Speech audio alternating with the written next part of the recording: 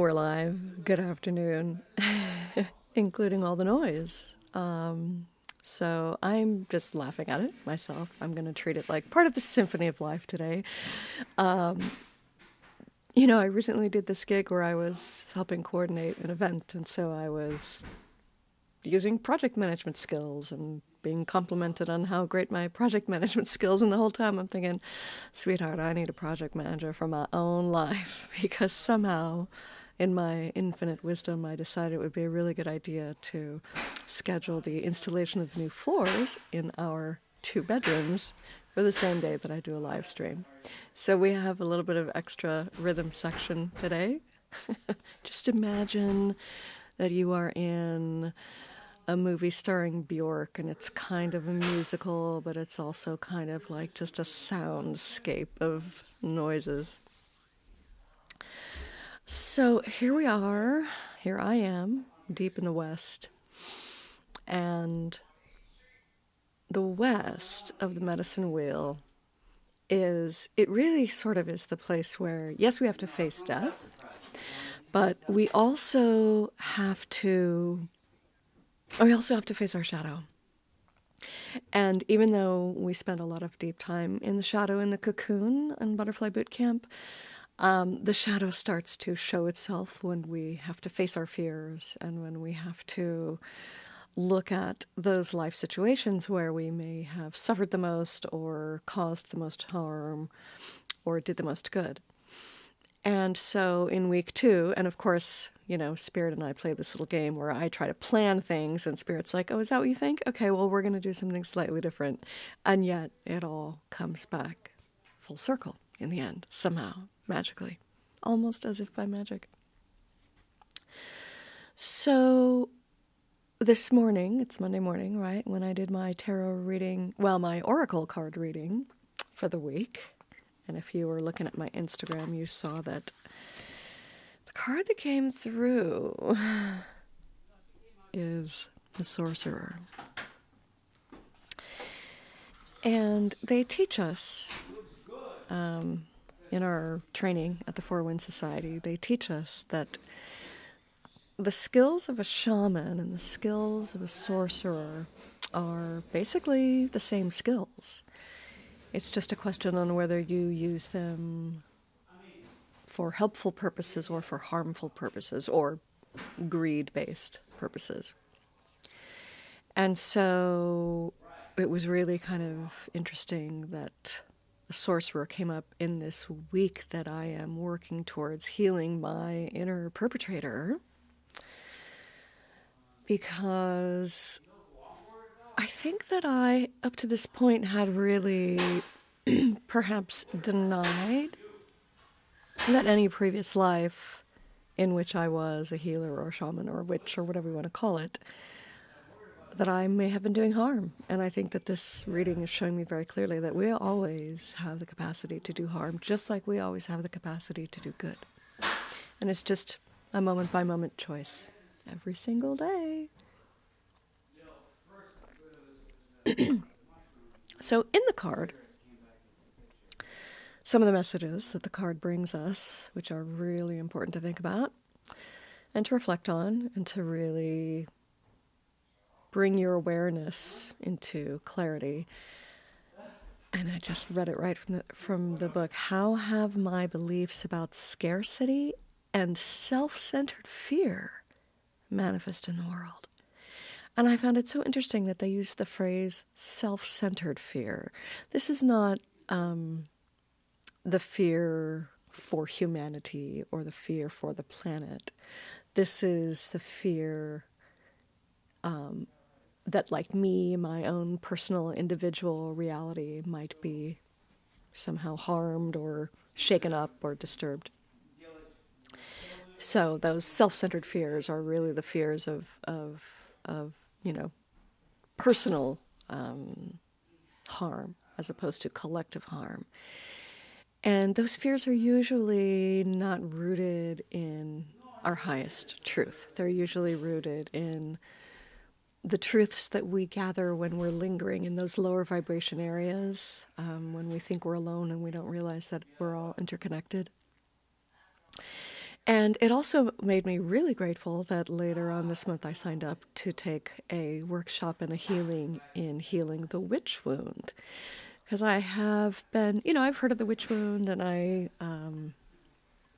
hadn't really done anything specifically with it, but generally, I think there are many things that we see, and the more I hear people talk about it, like when you have these inexplicable scarcity mindset things that you don't know where they came from, fear of fire that you don't know where it came from, fear of speaking your honest, authentic truth, fear of being who you are, feeling like you need to hide, all those kinds of things which can come from the witch wound. That is going to be part of this process for me during this portion of my going through the West of the medicine wheel. And also, if you are hanging out in my circles, you are definitely going to want to join me on the next new moon ceremony in the Rite of the Womb, which is going to be the day after Halloween, speaking of healing our witch wounds and our divine feminine. So I hope you will join me for that. But the most important message that I felt came through from this card is that it is important not to blame others for the darkness that lingers inside of us. So when I point to someone and I see that other person as having darkness, it's really me pointing out the darkness that lives in me. That's the nature of the shadow work that we do. So there's the percussion section. So for the song for this week, I actually decided to look at a song that I wrote a couple of months ago. And I have a few reasons for that. One is that I was recently shown that it's not enough just to write the song and have it come through. Sometimes a song needs to be tended. Sometimes a song needs to gestate. Sometimes a song needs to have a bit of a growth process. And I have a ton of new songs, and I really feel like I need to give them their due diligence. And so this one that came through, what I believe this was I believe this was the West calling to me from 2 months ago. I think it was my psyche knowing I was going to eventually be entering the medicine wheel again in the West. And it was like, oh, P.S., here's the lesson you're going to need to work on. So the song is called Be Careful What You Ask For. And this song came through as a result of a situation that I experienced, which I can't really disclose all the details. I'm not at liberty to disclose all the details, but there are some sort of thematic awarenesses that I can share that I hope will be helpful for you. Bing, right? There goes the percussion in the background. New floors, yay. So I was reminded through a recent experience that even when our intentions are of the highest integrity, and even when our intentions are for a person's highest good, sometimes the action that results from a healing can be very painful and very distressing, and it can feel like a wounding happening. And I'm saying that because I have been on both the giving and the receiving ends of something that was a healing that resonated way more harshly than perhaps I had anticipated. And I think there's lots of reasons for that. I think there's lots of reasons why sometimes in order for us to heal something, it has to be exposed in a really harsh way. It's like having a nightmare. Usually our nightmares are the biggest wake-up call. It's our psyche saying to us, you need to listen to me right now. And so I'm going to literally scare you out of your sleep so that you pay attention. So in this particular situation, there were deep issues of shame and unworthiness that came up for me. And I was a bit blindsided by it. I was a bit sort of just not realizing that the process I was getting myself involved in was going to take me back to some wounds that were very, very ancient, very, very deep, having to do with, things that I thought shame, doubt, and unworthiness were things I had already worked through. But in this particular situation, they came back really forcefully in ways that actually had me floored for a few days, where I was unable to really function. I couldn't talk to people, see or be seen. But at the core of that memory, that experience, that vision, that healing, and it was something that happened over the course of weeks, was this awareness of a lifetime in which I was training very rigorously in a very strict, regimented program for some sort of spiritual leadership. I don't remember. Somehow it felt like it was very high up in the mountains. So I don't know if it was Tibetan or some other place, but it felt. My memory of it was that the situation was so strict that there was a part of my authentic self that could not abide that sort of strict, regimented order and regime. And I left it. I walked away from it. And I was banished. And in that lifetime, I was alone for a long time. And this has been, I've sort of been pondering this for these few months since it came up. But the question, or I should say the mantra really, was that I can make my own path. It can be mutable, flexible, and fluid.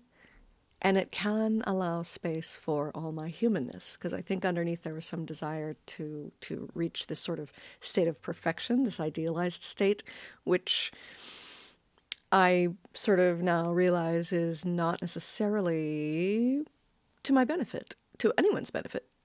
We can always try to be perfecting ourselves on a pathway towards perfection, but to expect it and to expect it rigidly, to me, felt very wrong. So what I realized I had to do is I had to forgive myself for my own shortcomings. So the song, Be Careful What You Ask For, is really about reminding ourselves that sometimes the healing that we do, that we need, that we require, is deeper than we had expected, and to give ourselves and each other as much grace as possible when those sort of sudden, tower-like destructive forces come into our lives to shake things up a bit. So this song, which it's not brand new, it's not this week, but it is only a couple months old, and it is called Be Careful What You Ask For.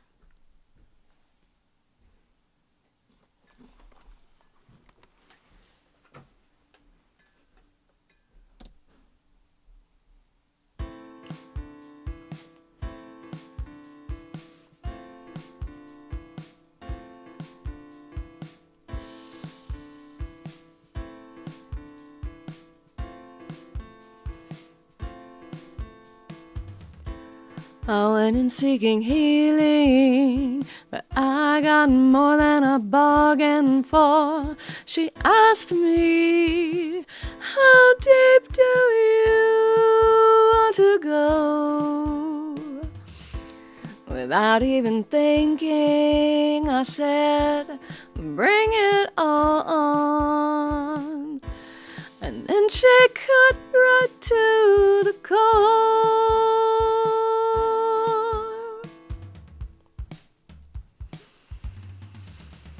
Be careful what you ask for when you come to the mirror of the healing well. Ooh. Don't say I didn't warn you when the shaman's blade pierces like a sword of steel.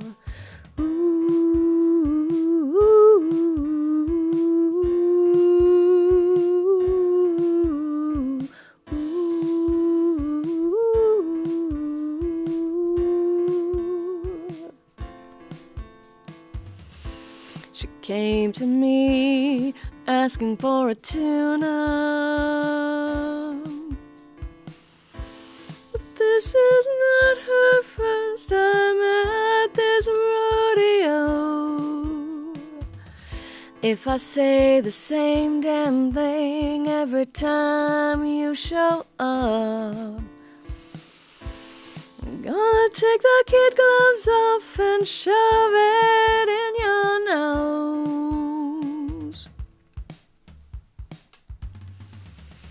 Be careful what you ask for when you come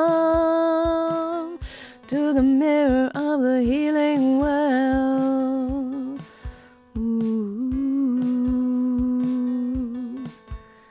Don't say I didn't warn you when the shaman's blade pierces like a sword of steel.